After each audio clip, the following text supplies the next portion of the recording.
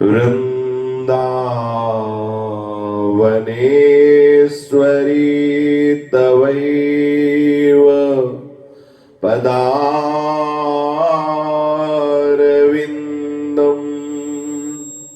प्रेमामृतैकमकरन्द रसौघपूर्णम्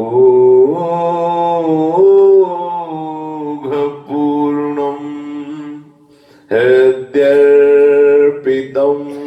मधुपते स्मरतापमुग्रम्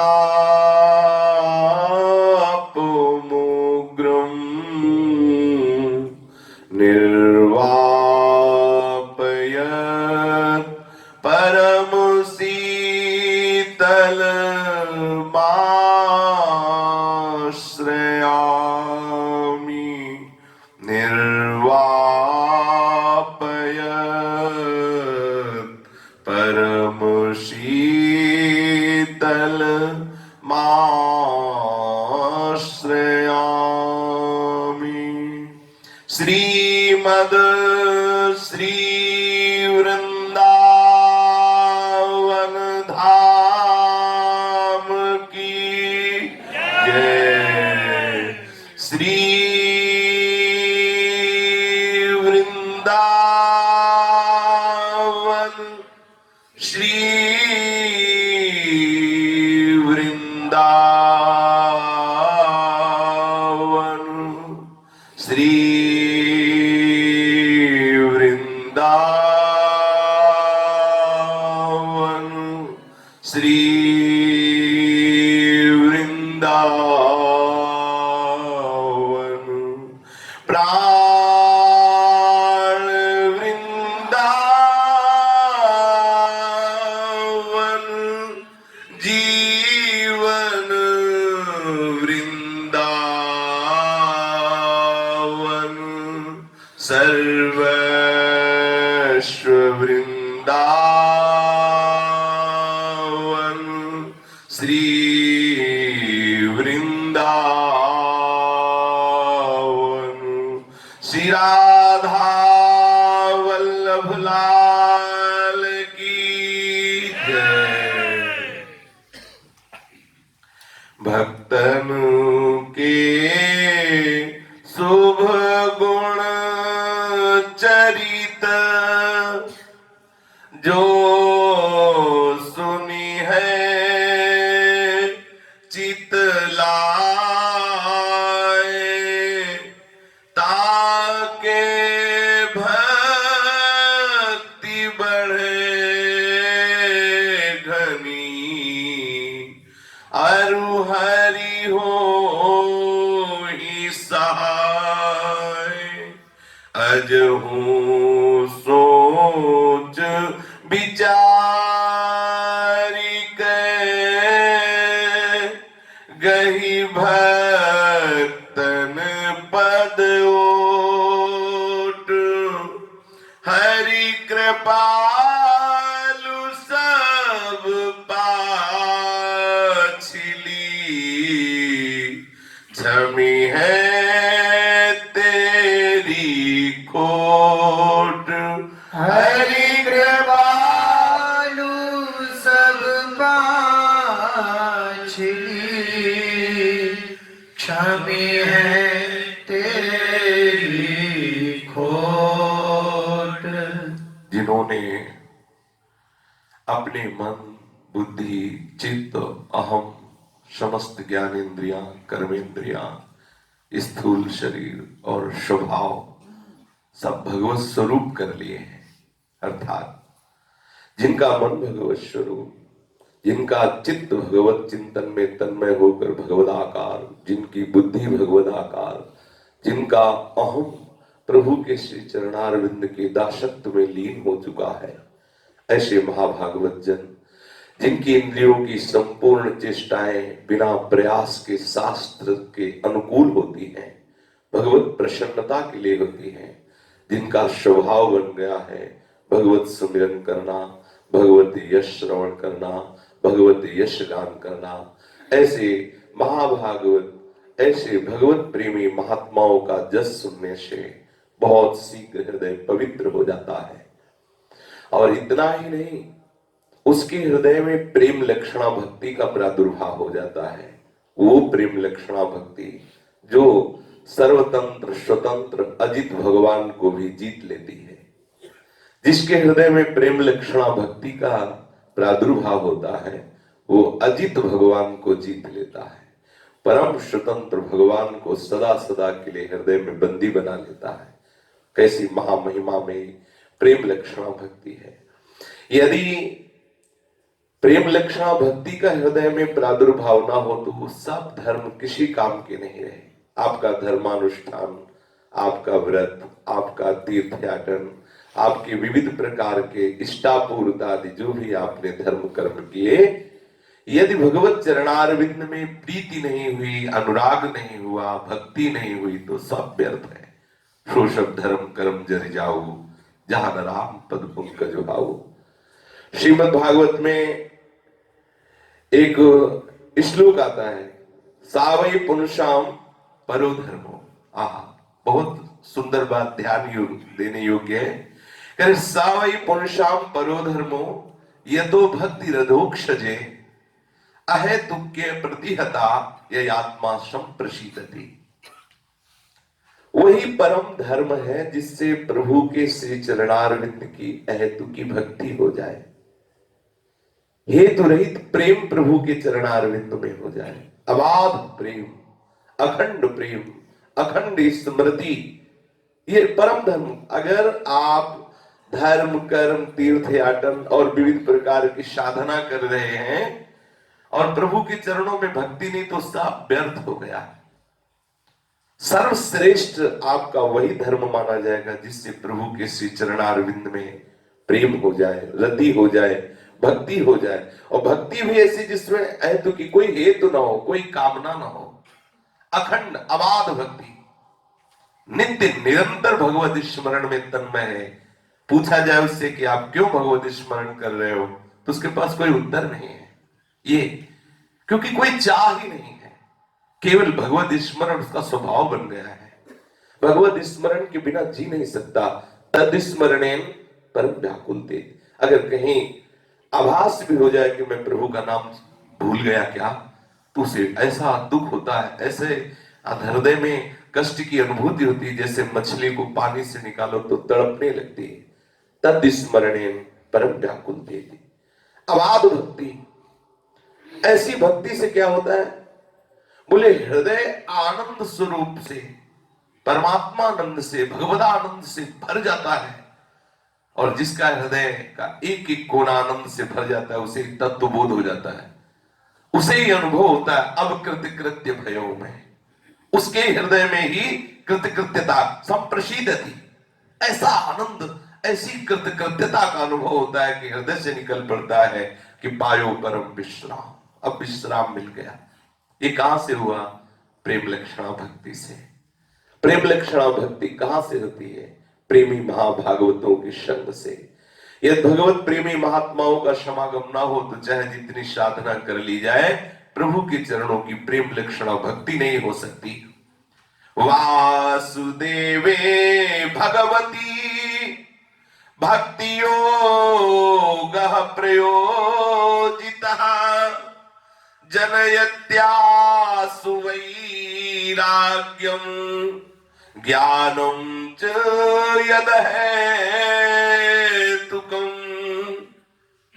यदि भक्तों की कृपा से, भक्तों की पावन जस कथन श्रवण से, भक्तों के सानिध्य से हृदय में प्रभु के चरणारविंद की प्रेम लक्षणा भक्ति का प्रादुर्भाव होता है, फिर और कुछ जरूरत नहीं पड़ती। प्रभु के चरणों में भक्ति होते ही, चित्त जोड़ते ही विशुद्ध ज्ञान का प्रादुर्भाव हो जाता है।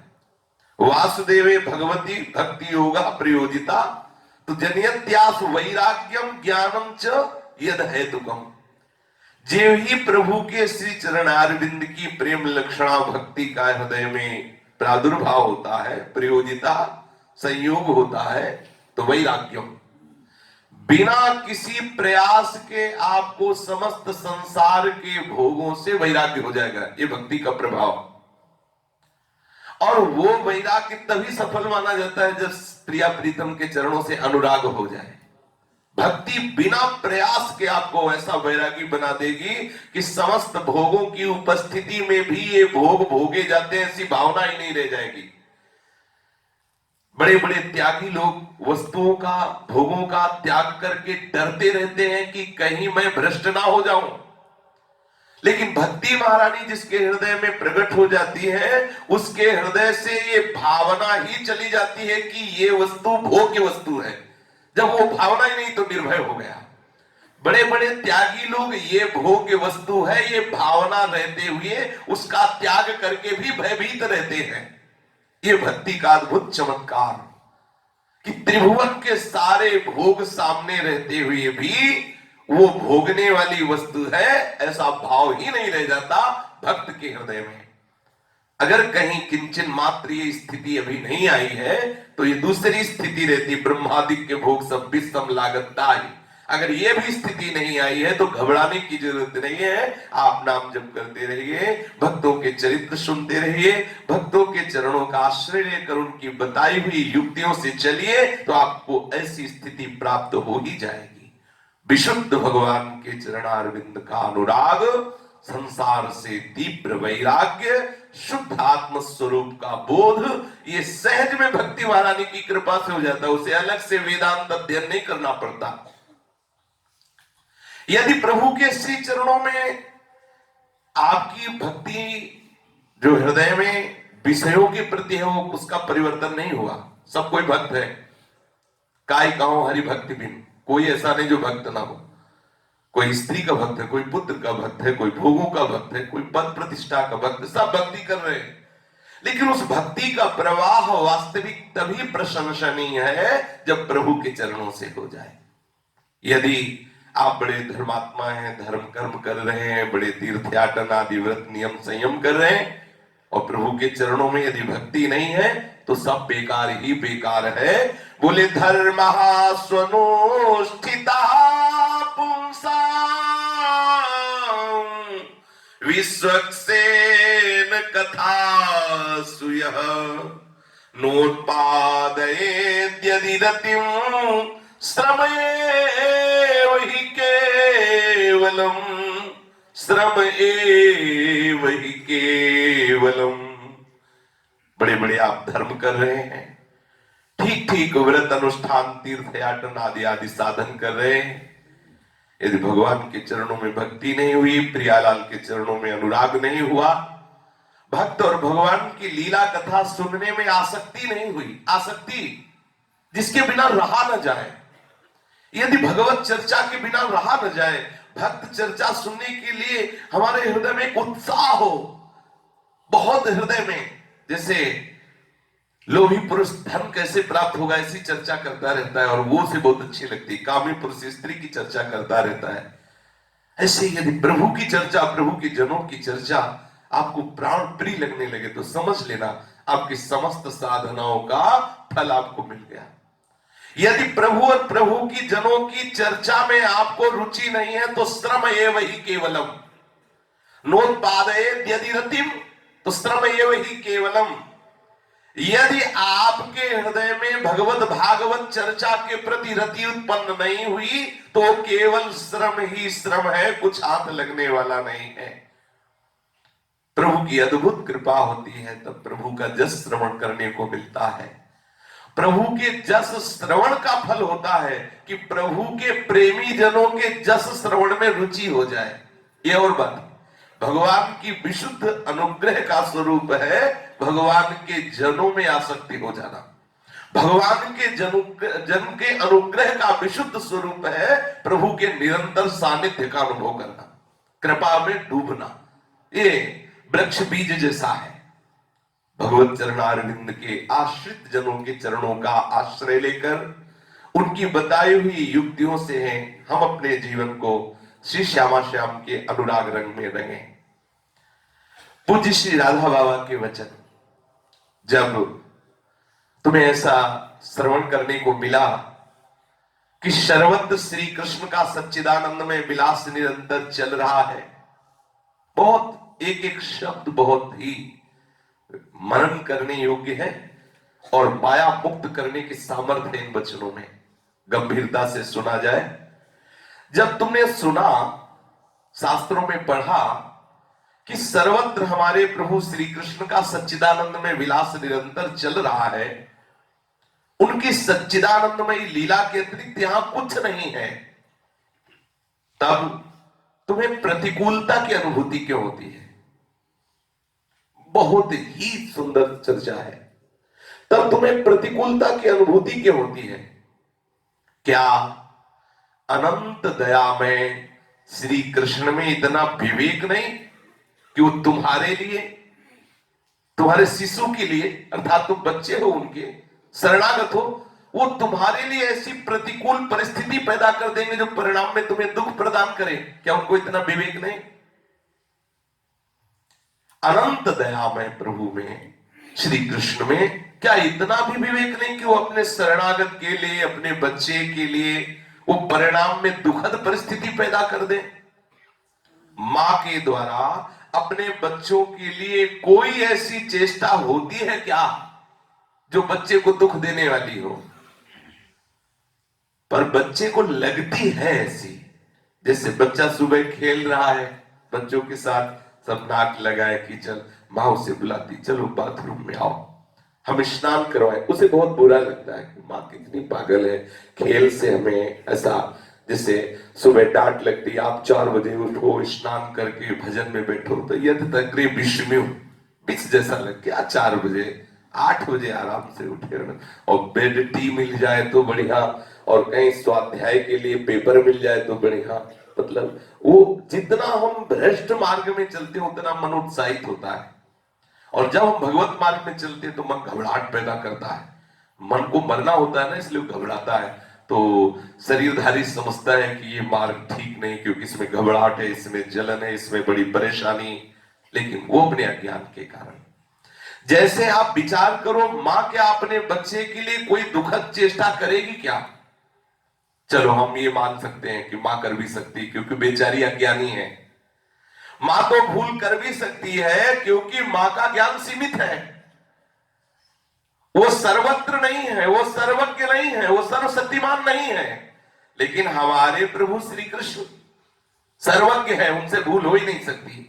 वो तुम्हारे हृदय में ही बैठे हैं और सर्वशक्तिमान है, वो सर्वत्र है, और वो अहेतुकी सौहार्द में संपूर्ण विश्व के लिए निरंतर लहराने वाला प्रेम सागर लिए हुए। क्या उनके द्वारा तुम्हारा कोई अमंगल हो सकता है? क्या उनके द्वारा कोई भूल हो सकती है? क्या उनके द्वारा कोई ऐसी गलती हो सकती है जिससे तुम्हें दुख मिले, जिससे तुम्हारा अमंगल हो? ये हम जो सोच लेते हैं ना कि ये प्रतिकूलता है, भगवान कैसे हैं, ये प्रतिकूल परिस्थिति क्यों दी, और हम ये बात सोचकर दुखी हो जाते हैं, सचमुच सचमुच ये केवल हमारा ज्ञान है, केवल हमारा भ्रम है। वास्तव में कोई प्रतिकूल लगने वाली परिस्थिति सचमुच में हमारे लिए अनंत अपरिसीम सुख का द्वार खोलने के लिए हमारे प्रभु ने निर्माण किया है। इस परिस्थिति का ध्यान दीजिए। वास्तव में जो कोई प्रतिकूल परिस्थिति आपको लग रही है, तो आपके प्रभु ने अनंत अपरिसीम सुख का द्वार खोलने के लिए उस परिस्थिति को आपके सामने निर्मित किया है। उस परिस्थिति के, जिसे आप प्रतिकूल समझ रहे हैं, उसके कण कण में ही आत्यंतिक अनुकूलता समाई हुई है। आस्तिकता के अभाव के कारण ही हम उसे अनुकूलता को देख नहीं पा रहे, हमें प्रतिकूल लगता है। मंगल भवन के द्वारा किए हुए विधान में हम अमंगलता का भाव रखते हैं। परिस्थिति सृष्ट न हुई है और न अनंत काल तक सृष्ट होगी। तुम थोड़ा विवेक धारण करके परिस्थिति को मंगलमय स्वीकार कर सकते हो, विश्वास करके आनंदित हो जाते हो। अगर आप ऐसा सोचे कि ये परिस्थिति बदल जाएगी तब हम आनंदित होंगे, तो कभी ऐसा नहीं होगा। आज जो परिस्थिति है, हो सकता है इससे भी बुरी परिस्थितियां और आ जाए जो आपको फंसाती चली जाए। आज जिस परिस्थिति में आप है, उसी परिस्थिति में विश्वास करो, वो परिस्थिति आपके लिए भगवान ने कृपा करके भेजी है, बहुत आनंद के लिए भेजी है। आप इसी परिस्थिति का सदुपयोग करते हुए भजन करो। हम सोच कर देखें, हम भयभीत क्यों हो जाते हैं? हम क्यों भयभीत करते हैं? जब सब जगह मेरा प्रीतम अनंत शक्तिशाली है, अनंत शक्तिशाली मेरा प्रीतम सब जगह है, सब कुछ जानने वाला है, हमारे प्रति अनंत सौहार्द में नित्य निरंतर मेरे समीप है, फिर मैं क्यों किसी प्राणी से भयभीत हूं? क्यों किसी पदार्थ से भयभीत हूं? फिर क्यों किसी प्रतिकूल परिस्थिति से भयभीत हूं? खूब गहराई से सोचिए। भय एक झूठ मूठ अनादिकाल से कल्पित केवल मन की कल्पना है जो तुम्हें भयभीत करती है। हम मामूली से मामूली बात में भय करने लगते हैं। न जाने कितने प्रकार के हमें भय घेरे हुए हैं। क्यों नहीं हम प्रत्येक प्रतिकूल लगने वाली परिस्थिति में अपनी आंख अपने प्राण प्रीतम प्रभु की ओर कर लें, निरंतर सोचते रहें कि इस परिस्थिति के रूप में मेरे प्रभु आए हैं, मेरा मंगल विधान करने के लिए आए हैं। वो प्रभु मेरे समीप हैं। बोलो, मेरे प्रभु सर्वशक्तिमान हैं, मेरे प्रभु सब कुछ जानते हैं और मेरे प्रभु मेरे से अनंत अपरिसीम प्यार करते हैं। फिर भय को तुम प्रभु की पूजा के लिए प्रभु के चरणों में समर्पित करके निर्भय हो जाओ। क्यों भयभीत हो रहे हो? प्रभु तुम्हारे समीप हैं, प्रभु तुम्हारी बात जानते हैं, प्रभु तुम्हें बहुत प्यार करते हैं। फिर तुम भय क्यों कर रहे हो? इस भय को प्रभु के चरणों में समर्पित कर दो। हम सब स्थितियों में सोचने लग जाए कि जैसी हमारी प्रभु की इच्छा होगी वैसा ही होगा, प्रभु की इच्छा से सबका मंगल होगा। हमें उल्टा डर क्यों लगे? जैसी हमारी प्रभु की इच्छा होगी वही होगी, जो प्रभु की इच्छा उसे कोई टाल सकता नहीं। प्रभु आज्ञा अपेल श्रुति गाई, जो प्रभु की इच्छा होगी वो निश्चित वेद ऐसा कहते वही होगा, किसी की ताकत नहीं कि उसे बदल सके। प्रभु की इच्छा मंगल भवन है, मंगल विधान ही होगा, अमंगल हो नहीं सकता। थोड़ी देर के लिए अमंगल दिखाई दे सकता है लेकिन होगा बड़ा मंगल। डरते क्यों हो? क्यों भयभीत रहते हो? प्रभु के शरणागत होकर सच मानिए, भय की संपूर्ण स्थितियां बदलने लगेगी। हमारा मन सच्चिदानंद में आनंद से भरने लगेगा यदि हम इस बात को समझ जाएंगे। थोड़ी थोड़ी बात में क्रोध करने लगते हैं आप जीते इस क्रोध को। मनुष्य जीवन क्रोध करने के लिए नहीं, क्रोध पर विजय पाने के लिए मिला है। हमारा रोष निकलेगा बच्चों पर, नौकरों पर, या हमें जिनको पता है कि ये हमारी हानि नहीं कर सकते उन पे। अगर पता है कि मैं गुस्सा होकर बोलूं सीधे थप्पड़ गाल पे आएगा, फिर गुस्सा ले आएगी, फिर थोड़ा बच के बोलेगा, भागेगा कि कहीं पीट ला। और जहां है कि कोई हमारा बिगाड़ेगा नहीं, फिर क्रोध और उफान में आ जाता है। जिनके निमित्त से क्रोध निकलता है, हम सोचते हैं कि हम क्रोध के द्वारा किसी की बुराई को निकाल देंगे, लेकिन आप सच्ची समझिए, जब आप किसी पर क्रोध करते हैं तो वो बुराई तो निकल नहीं सकती जिसके लिए क्रोध कर रहे हैं, और वो बुराई उसके अंतस चेतना में और गहरी जाके बैठ जाती है। अपना भी नुकसान क्रोध से और दूसरों की और भी नुकसान क्रोध से। क्रोध से कभी किसी का सुधार नहीं होता। सोचो, क्या आपने पूरे जगत का मंगल का ठेका ले रखा है? सोचो, क्या आपके क्रोध करने से जगत का मंगल हो जाएगा? सोचो, क्या आपके क्रोध करने से किसी की बुराई छूट जाएगी? ये भ्रम कि मैं डांट फटकार नहीं करूंगा तो सुधार नहीं होगा, ये भ्रम, केवल भ्रम। इस भ्रम से निकलिए। आपके प्यार में इतनी बड़ी ताकत है कि आप सबका मंगल कर सकते हैं।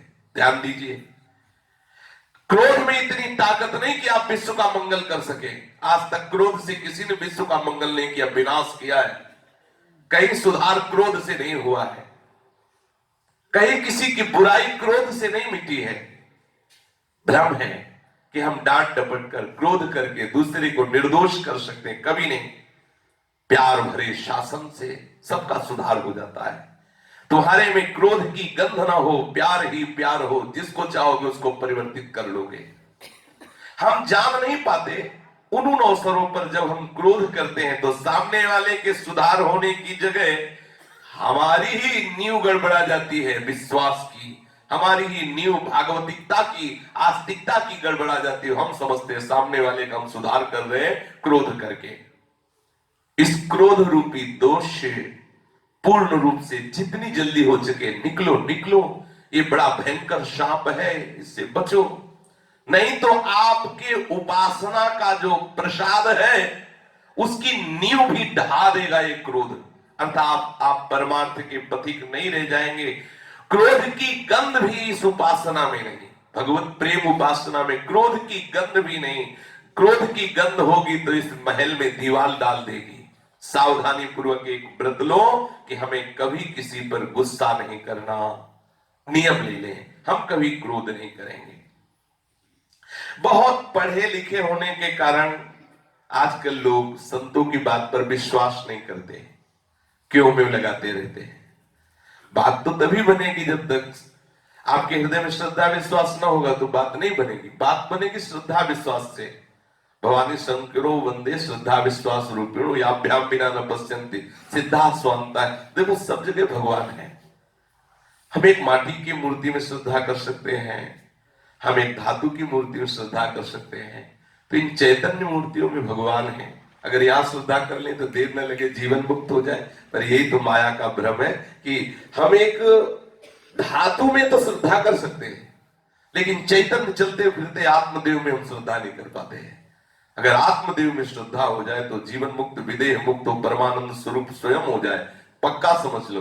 कल का प्रसंग याद होगा, पूज्य श्री राधा बाबा के वचन कि यदि आपने समस्त शरीरों में विराजमान आत्मदेव भगवान का सम्मान नहीं किया तो आपके घर में रखा हुआ चित्र किसी चित्रकार की कल्पना है और आप उस कल्पना की पूजा कर रहे हैं, भगवान की नहीं। ऐसा उन्होंने कहा। मैं इसका निषेध नहीं कर रहा, लेकिन यदि आप बाहर राग द्वेष कर रहे हैं, बाहर भगवत भावना नहीं कर रहे हैं, तो वो कच्ची उपासना है, सच्ची उपासना नहीं। सच्ची उपासना है इन सब मंदिरों में मेरा ही प्रीतम विराज। कोई भी संप्रदाय का कहीं भी हो, सबको यही अनुभूति होती है। आचार्य चरण कह रहे हैं जो क्रूर है, दुष्ट है, पापी है, वो भी साक्षात राधा वल्लभ लाल ही है, ऐसी मेरी दृढ़मति है।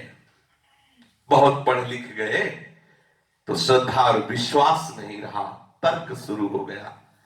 परंतु जो सत्य है उसको श्रद्धा विश्वास से जाना जाता है, तर्क के द्वारा नहीं। श्रद्धावान लभते ज्ञानम, फिर लिखा जाता तर्कवान लभते ज्ञानम, लेकिन कहा गया श्रद्धावान लभते ज्ञानम। ये मन सदैव श्रद्धा से आपको गिराता रहेगा, क्योंकि अगर श्रद्धा बढ़ती गई तो मन गिरेगा, मन फंसेगा, मन मरेगा और वो सदा सदा के लिए अमना होगा। और मन ऐसा चाहता नहीं, मन चाहता है छूटता रहे, खूब मनमानी आचरण करते रहे, इसलिए श्रद्धा विश्वास से अलग करता रहता है। सत्य सत्य ही है, प्रभु परम सत्य है। उनका अनंत अपरिसीम आनंदमय चिद विलास अनादिकाल से चल रहा है, अनंत काल तक चलता रहेगा। इस चिद विलास में प्रत्येक विश्व का प्राणी जाने अनजाने में सम्मिलित है, समुद्र की लहर की तरह बन बनकर उठता है और उसी में मिट जाता है। तुम आज भी अब भी इसी क्षण भगवान की गोद में विराजमान हो। विराट स्वरूप भगवान के हम सब उदर में ही तो है, उसकी गोद में हो, उसके अंक में हो। जितनी भी चेष्टा हो रही है सब तुम्हारी भगवान के ही उदर में हो रही, भगवान की गोद में हो रही। जरा विचार करो, जब कोई गर्भ में मां के बच्चा होता है, 5वें 6ठे महीने में शास्त्र कहता है कि गर्भस्थ शिशु में हलचल पैदा हो जाती है, पैर मारना, हाथ मारना, ऐसा शुरू हो जाता है। मां को बुरा लगता है कि अच्छा लगता है? जब बच्चे की हलचल होती है तो मां को आनंद होता है, मेरा बच्चा, उसको सुख मिलता है। ऐसे ही हम जितनी भी चेष्टा कर रहे हैं, अनंत माताओं जैसा वात्सल्य प्रभु की गोद में कर रहे हैं। हमारी हर चेष्टा वैसे ही सुखद है जैसे वो गर्भस्थ शिशु लात मारता है ना मां की उदर में, तो मां को अच्छा लगता है। बच्चे का हलचलन देख करके उसे हर्ष होता है, उसे आनंद होता है, उसका हिलना डुलना चाहे जैसे हो, मां को आनंद का संचार करता है। बिल्कुल विश्वास कर लो, जैसी भी परिस्थिति में हो तुम गर्भस्थ शिशु की तरह हो, भगवान तुम्हें बहुत प्यार करते हैं। प्रत्येक प्राणी भगवान के गर्भ में वास कर रहा है। प्रभु के संकल्प से तुम्हारी सारी चेष्टाएं हैं। उस प्राणी के अनजाने में भी भगवान कितना उसे प्यार कर रहे हैं, कितना प्रेम प्रवाह में उसे बहा रहे हो, समझ नहीं पा रहा है। अनंत काल तक उनका प्यार प्रवाहित करता ही रहेगा। सोचो, जो भगवान को गाली देते हैं, जो शास्त्रों का विरोध करते हैं, उनको भी भूमि में रहने को मिल रहा है, उनको भी ऑक्सीजन मिल रहा है, जल मिल रहा है, भोजन मिल रहा है और भी सब सुविधाएं। देखो भगवान जो सब सृष्टि में प्राणियों को देते हैं वो उनको भी देते हैं जो घोर दुराचारी, साधु द्रोही, शास्त्र द्रोही, धर्म विरुद्ध आचरण करने वाले, उनको भी। उनके प्यार को देखो, उनके प्यार को देखो। कोई बहुत बड़ा शासक हो और जिसकी बहुत शक्तियां हो और उसका कोई विरोध, उसकी कोई गाली दे दे, कोई ऐसा अपमान कर दे तो उसकी शक्तियां उसे नष्ट कर देंगे। लेकिन आप विचार करके देखो, अंतर्यामी अनंत शक्तियां भगवान की हैं और हम उनको गाली देते हैं, हम उनका विरोध करते हैं, उनके नाना प्रकार के धर्म विरुद्ध आचरण करते हैं, लेकिन उनका दुलार, ये वायु उन्हीं की शक्ति है। एक ये वायु जो है ये दैवी शक्ति है, एक देवता है। वायु हमारी घ्राणेंद्रिय से आना जाना बंद कर दे, अभी मर जाओगे। अगर पेट में कुछ भी पचाता है तो जठराग्नि पचाती है। अग्नि एक देवता है और वो एक भगवान का सेवक है। वो तुम्हारे जठराग्नि में कैसा कोई भी ऐसी चेष्टा बताओ जो भगवान की दैवी शक्तियों से अलग तुम्हारे में हो रही और तुम भगवान का विरोध करते हो। शास्त्र का कहां है भगवान, कौन भगवान? लेकिन वैसे ही प्यार, जरा उनके प्यार को देखिए। उनकी ऐसी ऐसी शक्तियां तुम्हें एक सेकंड में मिट्टी में मिला दें, ऐसी ऐसी शक्तियां हैं और उन्हीं से तुम हो। ये नेत्र तभी देख सकते हैं, इस नेत्रेंद्रिय में पावर तभी होगा जब भगवान की शक्ति इससे दिखवाएगी। अगर नेत्रेंद्रिय के अधिष्ठात्र देवता अपनी सामर्थ्य समेट ले तो नेत्रेंद्रिय होते हुए भी दिखाई नहीं देगा, श्रवणेंद्रिय होते हुए भी सुनाई नहीं देगा, वाकेंद्रिय होते हुए भी बोल नहीं पाएगा। देखो उनकी कृपा को देखो, उनका कितना कृपा का प्रवाह आपके ऊपर है। जिस क्षण किसी भी प्राणी ने एक बार, बहुत ध्यान देने योग्य, बहुत ध्यान देने योग्य, बहुत ध्यान देने योग्य बात है, मतलब इस बात पर ध्यान दीजिए। जिस क्षण किसी भी प्राणी ने एक बार भी किसी भी निमित्त से झूठ मूठ ये कह दिया हे श्री कृष्ण मैं आपका हूं, उसी क्षण से सचमुच सचमुच अनादि अनंतकालीन जीवन भूमिका की एक नई रूपरेखा निर्मित हो गई। झूठ मूठ कह दिया कि प्रभु मैं आपका हूं। किसी भी तरह से, किसी भी परिस्थिति से बचने के लिए उसने झूठ भी कह दिया हे श्री कृष्ण मैं आपका हूं, आपके सिवा मुझे कोई नहीं बचा सकता। निश्चित समझो अनादि अनंतकालीन जीवन भूमिका की एक नवीन रेखा का निर्माण हो गया। अब वहीं से उसका परम मंगल विधान प्रारंभ हो जाएगा। यदि उसने श्रद्धा से नहीं, विश्वास से नहीं, झूठ मूठ कह दिया है कि हे श्री कृष्ण मैं आपका हूं, आगे चलकर वो अवश्य अवश्य उस प्राणी की भांति भगवान के चिद विलास के रहस्य का ज्ञाता बन जाएगा, अर्थात पूर्ण ज्ञानी हो जाएगा। भगवान के हृदय में जो जितना भी सच्चिदानंद ज्ञान हो सब उसके हृदय में आ जाएगा। जो भगवान के अंग में नित्य विराजित रहकर भगवान के विलास का नित्य निरंतर अनुभव करता हुआ परमानंद में निमग्न रहता है, ऐसे ही महापुरुष की स्थिति एक न एक दिन उसको प्राप्त हो जाएगी, जिसने झूठ भी बोल दिया कि हे श्री कृष्ण मैं आपका हूं। बहुत जोर की बात, बहुत जोर की बात है। फिर सुनो, भगवान से एक बार जुड़ना जीवन का सारा इतिहास बदल जाना है। श्री कृष्ण को एक बार बोलना कि प्यारे मैं आपका हूं, जीवन के इतिहास का बदल जाना है। सचमुच सचमुच परम सत्य, परम मंगल, परम शुभ, परम सकुन जिसने ये कि हे श्री कृष्ण मैं आपका हूं, हे प्रभु मैं आपका हूं। अनुकूलता में हर्ष होता है, पर यह हर्ष एक विकार है, ये आनंद नहीं है। हर्ष से बचो, ये आनंद से भिन्न वस्तु है। हर्ष में मत डूबो, नहीं तो शोक आ जाएगा। आनंद में डूबो, आनंद भगवान का स्वरूप है। प्रभु के नाम जप से, प्रभु के कीर्तन से, प्रभु की कथा वार्ता से, प्रभु की सेवा से, प्रभु संबंध से जो सुख मिलता है उसे आनंद कहते हैं। और जो भोगों के संबंध से, संसार के विषयों के संबंध से एक आनंद की अनुभूति होती है उसे हर्ष कहते हैं, जो सुख प्रदान करने वाली। आनंद साक्षात भगवान का स्वरूप है। मन बुद्धि रूपी दर्पण पर जब आनंद का स्वरूप बढ़ता है तो ये मन बुद्धि आनंद स्वरूप भगवत स्वरूप हो जाते हैं। जब तक मन बुद्धि आत्यंतिक विलय प्रभु में नहीं कर जाते तब तक हमें किसी भी हर्ष में नहीं फंसना है, अर्थात किसी भी भोग जनित सुख में आनंदित नहीं होना है। भावना दृढ़ कर लो, हमें हर्षित नहीं, हमें आनंदित होना है। ब्रह्मभूता प्रसन्नात्मा, ऐसा ये वरदान बन जाएगा अल्प भोगों के सुख में सुखी होना, ये हर्षित होना है।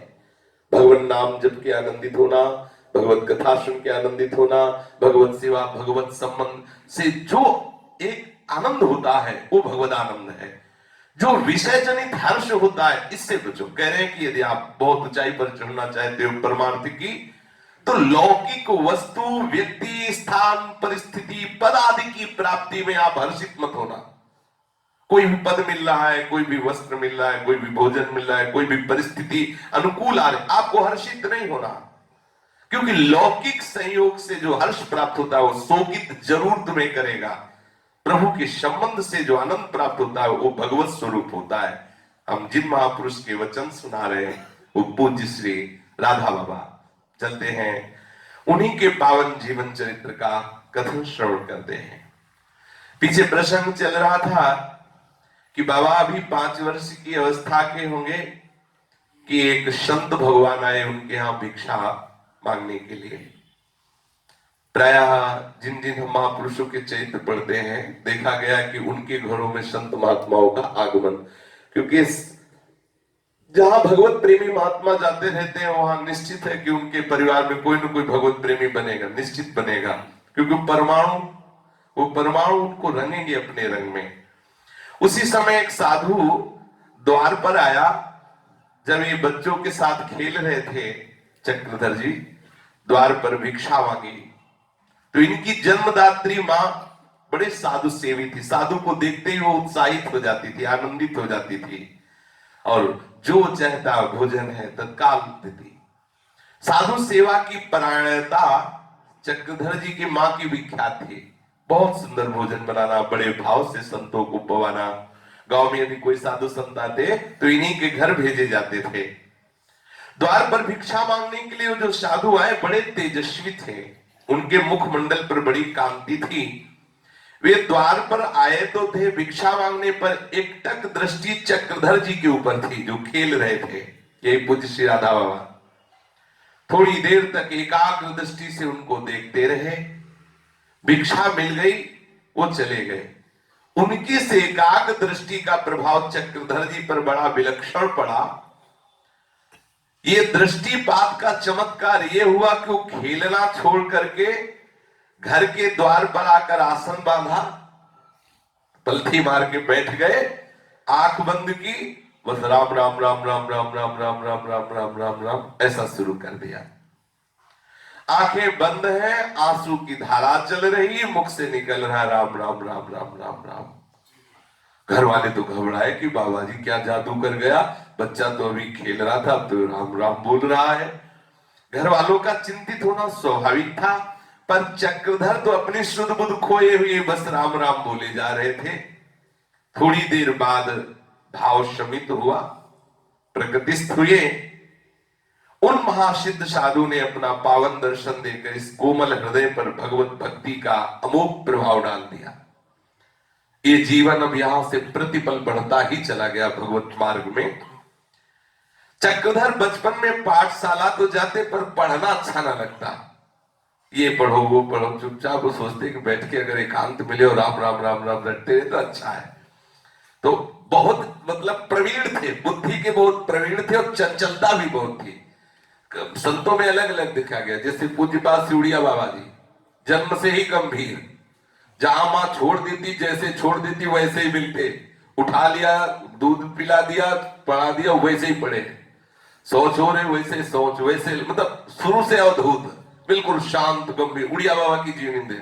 और ये महाराज चंचलता की मूर्ति और बहुत प्रवीण। विचार किया कि यार पढ़ाई से कैसे बचा जा सकता है। सोचा कि भूत का स्वांग कर लेते हैं कि भूत आता है तो हम कह देंगे कि अब स्कूल नहीं जाएंगे, देखो स्कूल जाने से भूत आता है तो बच जाएंगे पढ़ाई लिखाई से। बस उनको यही बात समझ में आई कि भूत का नाटक करने से बचा जा सकता है।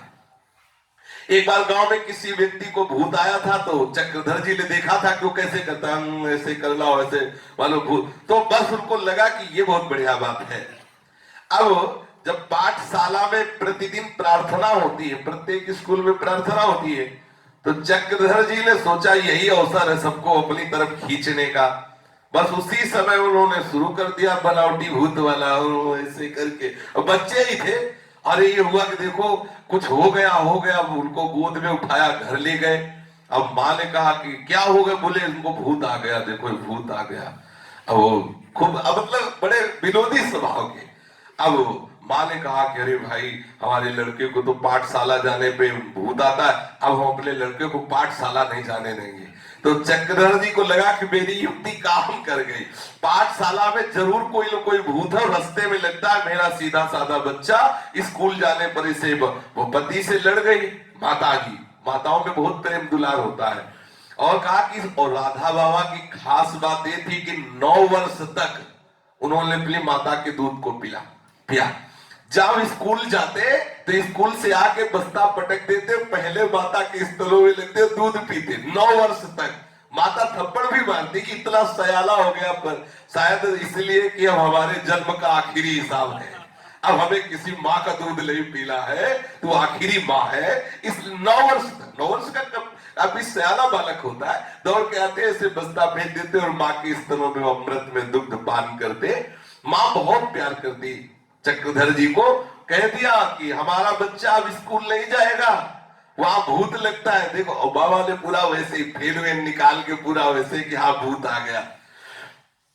चक्रधर जी के मन में रामलीला देखने का बड़ा चाव रहता। गांवों में रामलीला होती है। आश्विन मास के शुक्ल पक्ष में विजयादशमी का पर्व आया करता है। इस अवसर पर गांव के बाहर श्री रामलीला हुआ करती थी। बाल आग्रह को देखकर इनके बड़े भाई थे चक्रधर जी के श्री तारादत्त जी, चक्रधर जी को रामलीला दिखाने के लिए ले जाया करते। देखते देखते बालक चक्रधर पर कभी कभी वो ऐसा भाव आता कि सो जाते, तब तारादत्त जी रामलीला के मेले से अपने कंधे पर उठाकर चक्रधर जी को लाया करते। एक बार चक्रधर घर की महिलाओं और अपनी माताजी के साथ रामलीला देखने गए। लीला देखकर वो लौट रहे थे।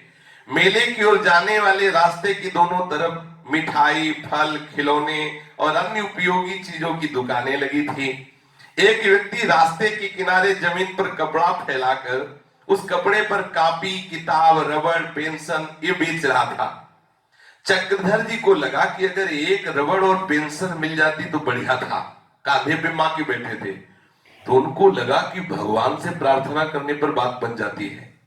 अभी छोटी अवस्था ही है, प्रार्थना करते, हे भगवान मेरी प्रार्थना सुन लो, ये मेरी माँ मुझे रबड़ और पेंसिल खरीद के दे दे। भगवान से कांधे पे बैठे माँ की प्रार्थना कर रहे हैं। माँ समीप जब पहुंची तो बोले ये रबड़ पेंसिल कितने की है? उनसे बात की, खरीद के कहा ले चक्रधर तेरे लिखने के काम में आएगी।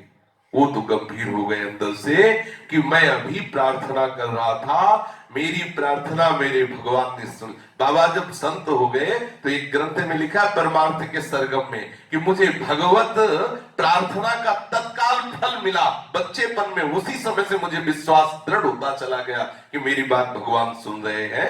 जे ही रबड़ पेंसिल मिली, बस उनके हृदय में बात आ गई कि देखो मेरी बात, मेरी प्रार्थना भगवान ने सुनी और मुझे रबड़ पेंसिल दी। अब वो अंदर ही अंदर भगवान से अपनापन, अंदर ही अंदर प्रभु से मानसिक पूजा, प्रभु से मानसिक बातें, प्रभु का मानसिक स्मरण।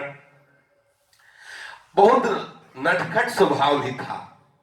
एक दिन ये खेत के बगल से निकले, गांव में बड़े बड़े सुंदर खेत हैं, गन्ने के होते, गन्ने की खेती।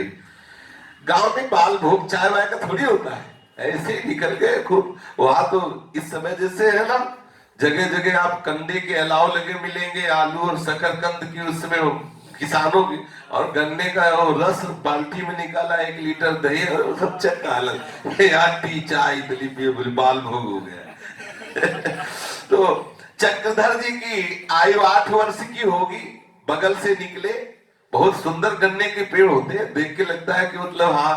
तो उनके मन में आया कि तोड़ा जाए। एक मन में आया कि कोई देख लेगा, तो बोले नहीं तोड़ा जाए। फिर मन में आया क्यों, तुम्हारी तो है नहीं तो तुम क्यों तोड़ने की बात करो। मन ने विवेक पर हावी करके और तोड़वा लिया, गन्ना तोड़ा लिया।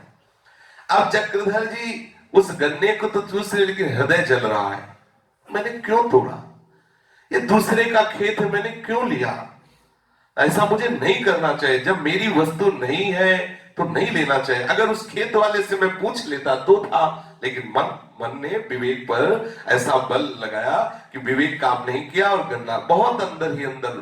छोटे बच्चे हैं, देखो ये संत स्वभाव है। अगर शास्त्र विरुद्ध आचरण हो जाए, आपके हृदय में जलन न हो, तो जान लेना आपका अंतःकरण बहुत अपवित्र है। नहीं, जरा भी शास्त्र विरुद्ध आचरण होगा तो आपको जलन होगी, इतनी जलन होगी कि असहनशीलता आ जाएगी। नहीं, अब मैं नहीं, मैं सबको बता दूं कि मैंने गलती की, जान लेना अंतःकरण बहुत पवित्र है। जब ऐसा होने लगे कि मैं चीख चीख के सब, ऐसा पवित्र अंतःकरण वाले से जरा भी अपराध बनता तो जलता है, वो सबको चीख चीख के बताता है कि मेरे से ऐसी गलती हो गई। अब दूसरे दिन फिर एक चने के खेत से निकले। जब हरे हरे पेड़ों में जो चने लगे होते हैं ना, बड़ा स्वाद आता है चबाने में।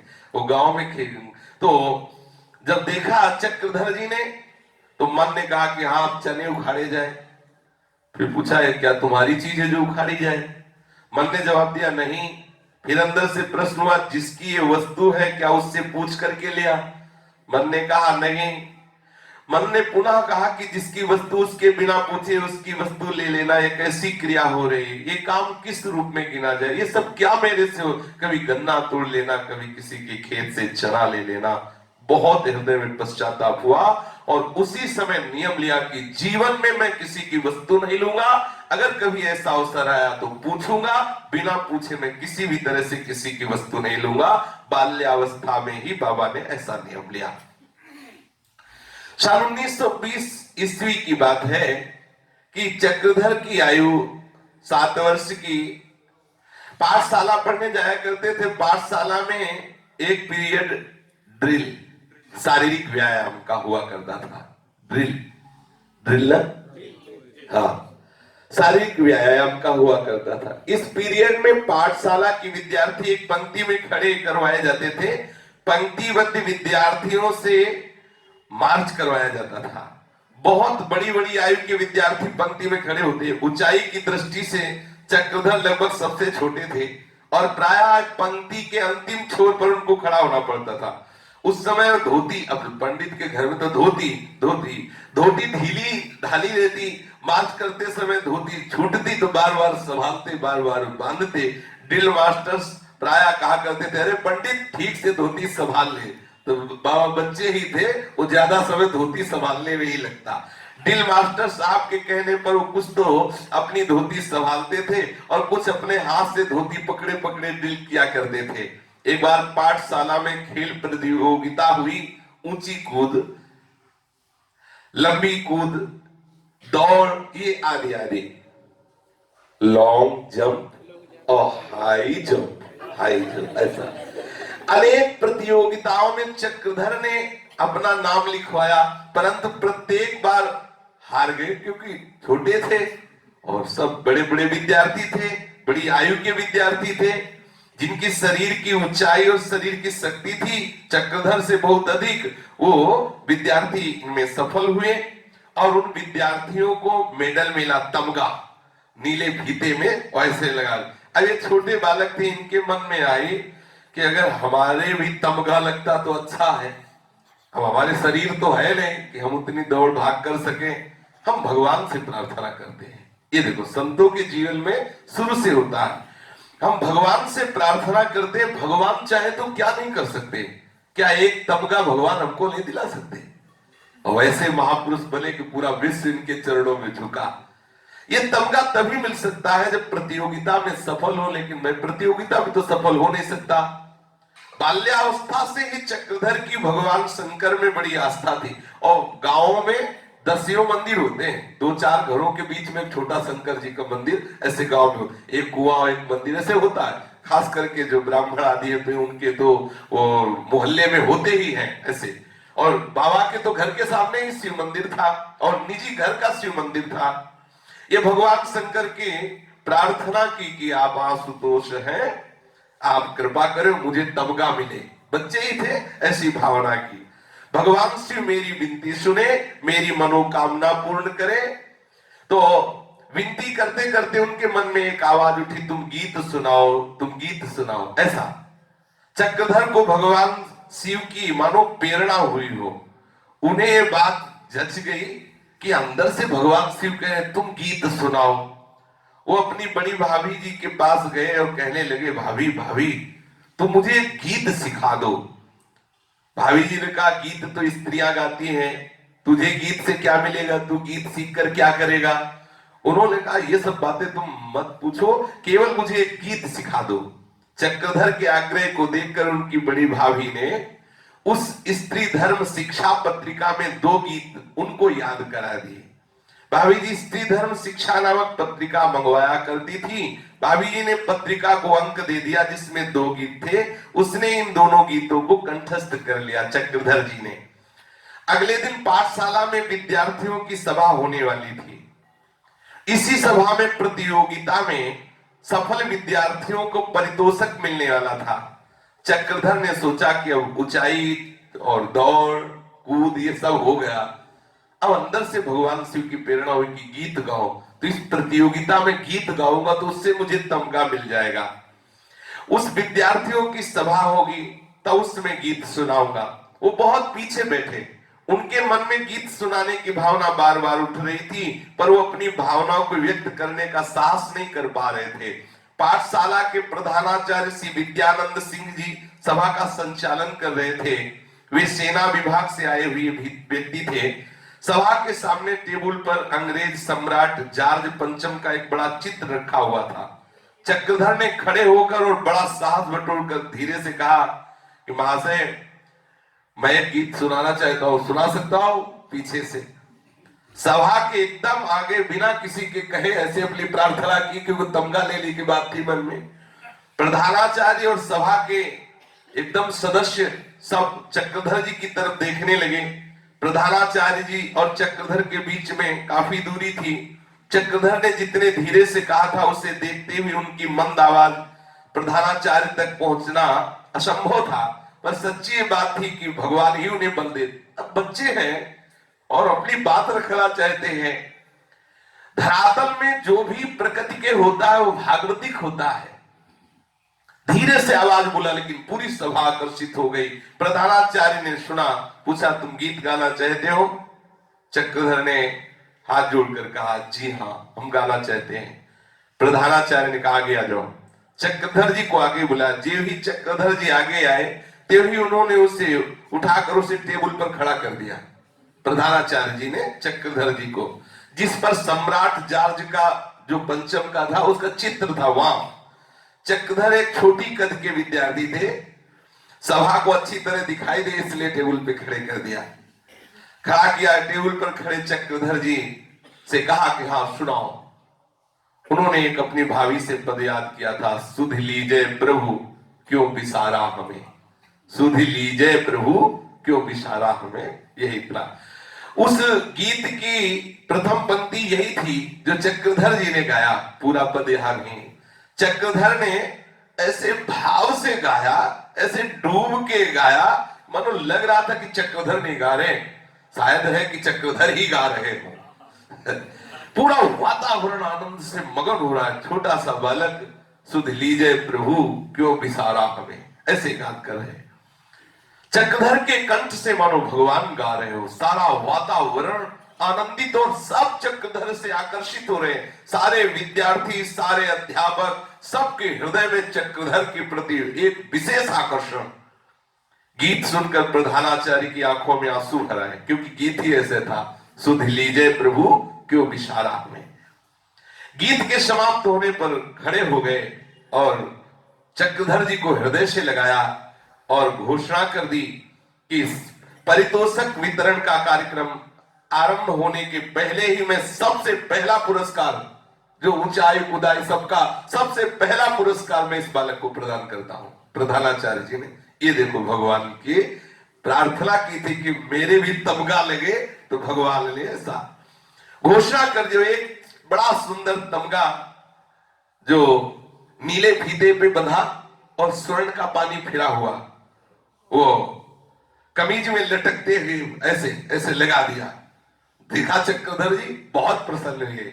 उनके हृदय में और शिव भक्ति बढ़ी। भगवान शंकर की कृपा से मैंने पहला अनुभव पेंशन और रबर, दूसरा अनुभव इस तमगा का। चक्रधर जी के हृदय में बहुत ही कृतज्ञता प्रकट हो रही भगवान के प्रति। बार बार विनती कर रहे हैं कि प्रभु आप मुझे इतना प्यार करते हैं, हमारे इतने मनोरथ पूर्ण करते हैं। प्रधानाचार्य ने पूछा क्या और भी कोई गीत आता है? चक्रधर ने कहा हाँ एक और आता है। फिर उन्होंने दूसरा गीत सुनाया जो भाभी से याद किया था। सभा के बाद सहपाठियों से चक्रधर को बहुत सराहना मिली। प्रत्येक विद्यार्थी पर सराहना करता, इतना सुंदर गान कर लेते हो, हम लोगों को तो पता ही नहीं था। घर आकर चक्रधर ने तमगा अपनी मां को दिखाया। पुत्र की सफलता और प्रसन्नता को देखकर मां हृदय से चक्रधर को लगा लिया। एक प्रसंग छात्रवृत्ति को लेकर है। सरकार की ओर से श्रेष्ठ विद्यार्थी को छात्रवृत्ति मिलने वाली थी। श्रेष्ठ विद्यार्थी वही कहलाता था जो परीक्षा में सर्वाधिक अंक प्राप्त करे।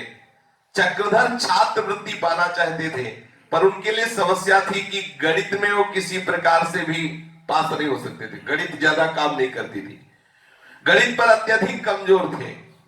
उनको तो एक ही उपाय था, भगवान शंकर। तुरंत उन्होंने भगवान शंकर से अर्जी लगाई कि इस बार गणित में हमें पास कर दो। गणित में प्रार्थना करते ही मन में बात आई कि अपने भाई से गणित के 10-12 प्रश्न पूछ लो, उन्हीं में से कोई एक ऐसा प्रश्न होगा जो तुम्हें वहां पूछा जाएगा, तुम उसमें पास हो जाओगे। ऐसी अंदर प्रेरणा हुई। बस वो अपने बड़े भाई से बोले कि देखो तुम 9-10 प्रश्न जो है वो हमें सिखा दो। कि उनका गणित के 9-10 प्रकार के सवाल, 9-10 के प्रश्न पत्रों को हाथ में लेकर 9-10 साल के जितने थे, 9-10 साल के, सब में से बार बार सुंदर सुंदर प्रश्न निकाल के बड़े भाई ने उनको समझाया कि देखो ये गणित का सवाल ऐसे लगता है, ऐसे हल होता है। अब क्या, जो जो प्रश्न वो बताते जा रहे थे, जिनका उत्तर बताते, बड़ी एकाग्रता से चक्रधर जी ज्यों का त्यों सब अपने हृदय में बैठालते जा रहे थे। उनके हर्ष की सीमा नहीं। उसने सारे प्रश्न हल कर दिए। परीक्षा में चक्रधर पूर्ण सफल रहे। सरकार की ओर से उन्हें छात्रवृत्ति मिली। इस घटना से उन्हें भगवान शिव में और भक्ति पुष्ट हुई। तीसरी उनकी मांग, पहली थी कि रबड़ पेंशन मिल जाए, तो मां के कहा नहीं, लेकिन मां के हृदय में बैठकर भगवान ने दिलाया। दूसरी बात इनको है कि तमगा लग जाए, तो वो विधान बन गया। तीसरी बात, मैं गणित में पास हो जाऊं, मुझे छात्रवृत्ति मिले, वो भी बात बन गई। पाठशाला में पहले ABC के नाम से हुआ करती थी। कक्षा C में उत्तीर्ण होकर कक्षा B में जाना होता था, और कक्षा B से कक्षा A में। गणित छोड़कर अन्य सभी विषयों में चक्रधर बड़े अच्छे थे। सभी विषयों में वो बड़े अच्छे अंक लाते थे। बस गणित में अत्यधिक कमजोर होने के कारण अनुत्तीर्ण रहते थे।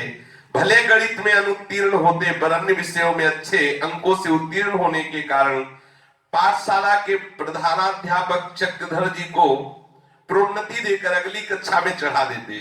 अब पाठशाला की अंतिम कक्षा में उत्तीर्ण होने के लिए सभी विषयों में कम से कम 33% अंक लाना आवश्यक था। चक्रधर को लगा कि मैं अब अवश्य ही अनुत्तीर्ण फेल हो जाऊंगा। फिर उन्होंने भगवान शिव से प्रार्थना प्रारंभ की कि गणित में मेरे कम से कम 33% अंक आ जाए। आप ध्यान देकर इसमें चिंतन कीजिए कि बाल्यावस्था से हर बात बनाने के लिए केवल प्रभु का आश्रय है। यह है महापुरुषों की जीवनी।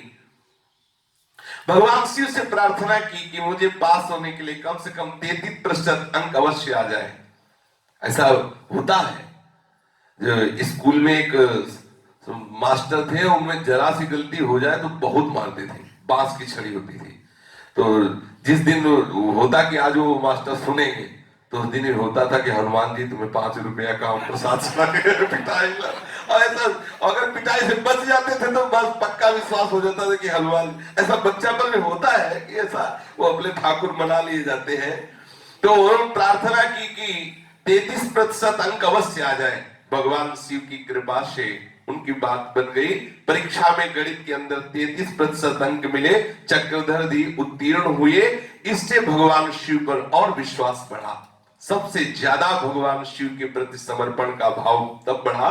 सन 1924 की बात है। गांव में कथावाचक आए हुए थे।